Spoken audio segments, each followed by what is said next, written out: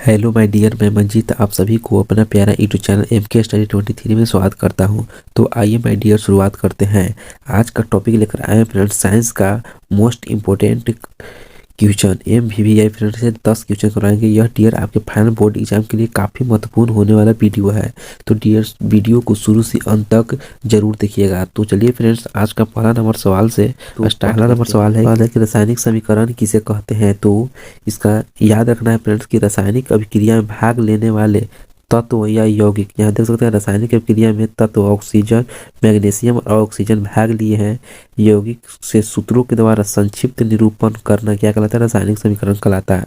तो आपको रटना बिल्कुल माना है फ्रेंड्स, आप सब केवल डायग्राम देखकर उसका केमिकल रिएक्शन देखकर ही आपको याद रखना है। कह रहा है कि रासायनिक अभिक्रिया में भाग लेने वाले तत्व, तो देख सकते हैं रासायनिक अभिक्रिया में भाग लेने वाले तत्व हुआ या यौगिक, यौगिक मतलब यह तत्व हुआ। इसी तरह यौगिक भी रहेगा फ्रेंड्स, तत्व के जहाँ पर यौगिक के सूत्रों को द्वारा संक्षिप्त रूप में निरूपण करना क्या कहलाता है? रासायनिक समीकरण कहलाता है। तो इस तरह आप उत्तर लिख देंगे फ्रेंड्स और नीचे रिएक्शन लिख देना है। आपको 2 नंबर फिक्स मिल जाएगा फ्रेंड्स। उम्मीद करते हैं आप लोग का क्लियर हो गया होगा। आइए देखने का सवाल है कि संतुलित रासायनिक समीकरण से आप क्या समझते हैं। मतलब दोनों बराबर हो जाना क्या कहलाता है? संतुलित रासायनिक समीकरण कहलाता है फ्रेंड्स। तो आइए देखते हैं इसका उत्तर। वैसा रासायनिक समीकरण जिसमें अभिकारक मतलब अभिक्रिया में भाग लेने वाले पदार्थ को क्या कहते हैं? अभिकारक। तथा उत्पाद मतलब अभिक्रिया कर बनने वाला पदार्थ को क्या बोला जाता है? उत्पाद। में परमाणुओं की संख्या समान हो, में मतलब दोनों परमाणु की संख्या कितना हो? समान हो। जैसे देख सकते हैं हाइड्रोजन इधर कितना है? तो 4 है। मतलब यहाँ देख सकते हैं हाइड्रोजन की कितना? 2। और यहाँ पे देख सकते हैं दोनों को गुना करेंगे तो कितना हो जाएगा? 4। और मैग्नीशियम इधर कितना है? 2। तो इधर मैग्नीशियम 2 को और ऑक्सीजन यहाँ 2 से गुना कर देंगे। ऐसे ये वाला बना होगा फ्रेंड्स Mg प्लस O2। इसको अभिक्रिया कराएंगे तो MgO, तो MgO बनेगा फ्रेंड्स। तो यहाँ देख सकते हैं यह संतुलित नहीं है क्योंकि ऑक्सीजन यहाँ पे 2 है, यहाँ पे ऑक्सीजन 1 है। तो इसको संतुलित करने के लिए यहाँ से 2 से गुना करते हैं तो मैग्नीशियम कितना हो जाता है? 2 हो जाता है। जबकि यहाँ मैग्नीशियम कितना है? 1 है। तो इसको भी 2 से गुना कर देते हैं तो कितना हो जाता है? मैग्नीशियम भी 2, ऑक्सीजन भी 2, और इस तरह संतुलित हो जाता है। इसलिए यहाँ पे कहा रखा है फ्रेंड्स कि वैसा रासायनिक समीकरण जिसमें अभिकारक तथा उत्पाद में परमाणुओं की संख्या, यहाँ देख सकते हैं मैग्नीशियम के 2 परमाणु यहाँ हो गया है, ऑक्सीजन का भी 2 परमाणु है, और यहाँ 2 से जब गुना कर दें तो सभी में गुना हो गया। मैग्नीशियम के 2 परमाणु, ऑक्सीजन के 2 परमाणु, परमाणु की संख्या समान हो, संतुलित रासायनिक समीकरण कहलाता है। इस तरह आप उत्तर लिख सकते हैं। उम्मीद करते हैं आप लोग समझ गए होंगे। आइए देखते हैं 3 नंबर सवाल है कि द्वि विस्थापन अभिक्रिया किसे कहते हैं।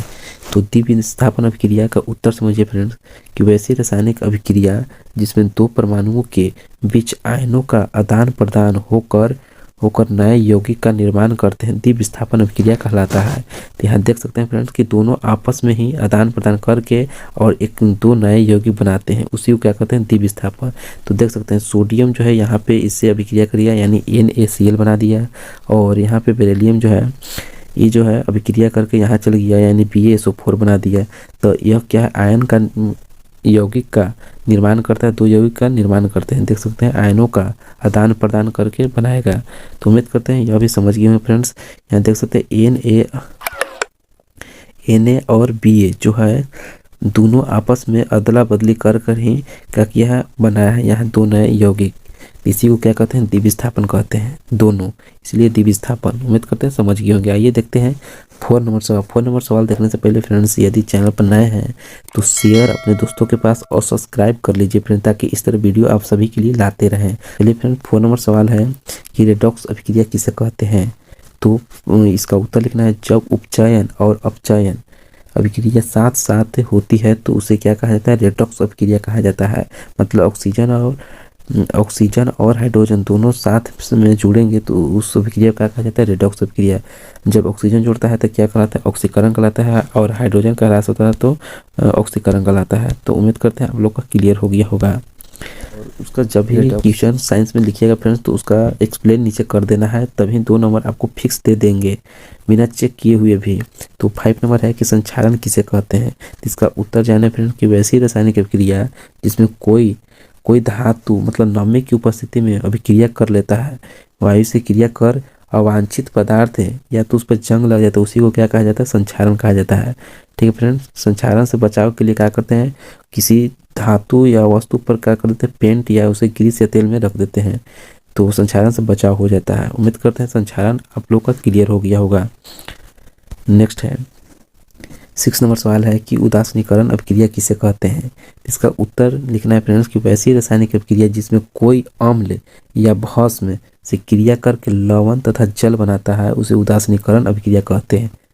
देख सकते हैं अम्ल जो है यहाँ पे क्षार के साथ NaOH या भस्म के साथ अपक्रिया करके क्या बनाता है, तो यहाँ देख सकते हैं लवण तथा जल बनाता है। लवण तथा जल बना रहा है फ्रेंड्स, तो इसी को क्या कहा जाता है, उदासीनीकरण अपक्रिया कहते हैं। तो उम्मीद करते हैं यह भी क्वेश्चन लिखा जाएगा फ्रेंड्स। नेक्स्ट है 7 नंबर क्वेश्चन है कि मिश्र धातु किसे कहते हैं, 2 उदाहरण दे।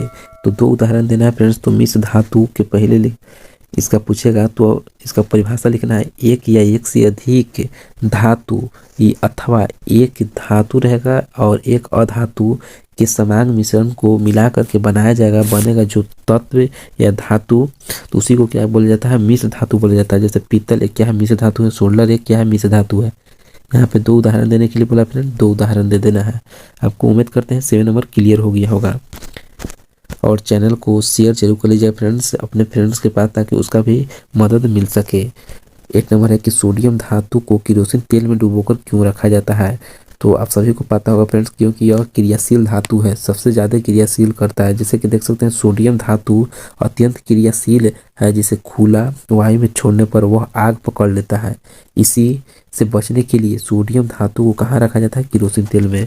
मतलब तो वायु से तेजी से क्रिया करके क्या हो जाता है, आग पकड़ लेता है फ्रेंड्स। इसीलिए इसको कहाँ रखा जाता है, तो केरोसिन तेल में डुबा कर रखा जाता है। उम्मीद करते हैं इसका भी आंसर आप सभी को लिखा जाएगा बोर्ड एग्जाम में फ्रेंड्स। और जैसे बता रहे हैं इसी तरह लिखना है फ्रेंड्स उत्तर, और वहाँ पे लिखना है आपको क्वेश्चन नंबर वहाँ पे दे देना है और डायरेक्ट आंसर लिखना है फ्रेंड्स। उम्मीद करते हैं आप लोग का क्लियर हो गया 1 नंबर भी। आज का सेकेंड लास्ट क्वेश्चन देखते हैं, निस्तापन और भर्जन में अंतर लिखे। तो एक तरफ निस्तापन लिखना है, पहले वहाँ आंसर लिखने से पहले फ्रेंड्स लिखना है कि निस्तापन और भर्जन में निम्नलिखित अंतर है। एक तरफ लिख देना है वहाँ पर भी निस्तापन, एक तरफ भर्जन लिख देना है। तो निस्तापन में पहला देखेंगे कि यह कार्बोनेट अयस्क के लिए उपयोगी है, और भर्जन में यह सल्फाइड अयस्क के लिए क्या उपयोगी है। दूसरा लिखना है इसमें वायु की सीमित मात्रा होती है, इसमें वायु की असीमित मात्रा होती है। 3rd नंबर लिखना है, 2 को भी लिख देंगे तो आपको 2 नंबर दे दिया जाएगा फ्रेंड्स। यदि 3 को आ रहा है तो 3 को जितना आ रहा है उतना लिख सकते हैं, लेकिन ज़्यादा टाइम बर्बाद नहीं करना है फ्रेंड्स, क्योंकि 2 नंबर का है सवाल, 2 नंबर लाइक लिखना है आप सभी को। तो यहाँ पे 3 नंबर है, 3 नंबर के इसमें अयस्क को निर्जलीकृत किया जाता है और इसमें अयस्क को ऑक्साइड में बदला जाता है। तो यह तीनों में से 2 को लिख देना, या तो तीनों भी लिख दीजिएगा तो आपको बहुत बेहतर होगा फ्रेंड्स। आज का लास्ट नंबर क्वेश्चन है, लास्ट नंबर क्वेश्चन है फ्रेंड्स कि खनिज और अयस्क में अंतर लिखे। तो खनिज एक तरफ खनिज लिखना है, एक तरफ अयस्क। सबसे पहले आंसर लिखने से पहले आप सभी को लिखना है फ्रेंड्स कि खनिज और अयस्क में निम्नलिखित अंतर है। तो निम्नलिखित लिख करके फिर ये उत्तर देना है आप सभी को। तो सभी खनिज क्या होता है, धातु प्रचुर मात्रा में नहीं होता है। सभी खनिज में धातु प्रचुर मात्रा में नहीं होता है, लेकिन सभी अयस्क में धातु प्रचुर मात्रा में होता है। यह अंतर होगा फर्स्ट। सेकेंड नंबर अंतर है कि सभी खनिज अयस्क नहीं होते हैं, लेकिन सभी अयस्क क्या होते हैं, खनिज होते हैं। सेकेंड नंबर हो गया फ्रेंड्स। 3rd नंबर लिखना है कि इसमें निकालना, मतलब इसे जो है निकालना कठिन एवं खर्चीला होता है। इसे जो भी खनिज प्राप्त करना है, धातु प्राप्त करना है, तो इसे मतलब कठिनाई होता है, और इसे निकालना आसान एवं कम खर्चीला होता है फ्रेंड्स अयस्क से। उम्मीद करते हैं आपको खनिज और अयस्क में भी अंतर लिखा जाएगा। तो इसमें से आप सब कमेंट करके बताइएगा फ्रेंड्स, आपको 10 में कितना कन्फर्म पहले से याद था, नहीं याद है तो अभी टाइम है फ्रेंड्स, और आप सब याद कर लीजिए। और टाइम बहुत कम समय बचा है फ्रेंड, टाइम नहीं है, क्योंकि आप सब यदि पढ़ने के लिए बैठिएगा तो आपको लगेगा कि कितना अभी पढ़ना है। तो इसीलिए अभी आप लोग पूरा याद करते चलिए। यह पार्ट 1 वीडियो, मतलब इसी तरह 10th लाए हैं फ्रेंड। तो मतलब इसमें करीब 50+ सब्जेक्ट की क्वेश्चन कराएंगे फ्रेंड साइंस का।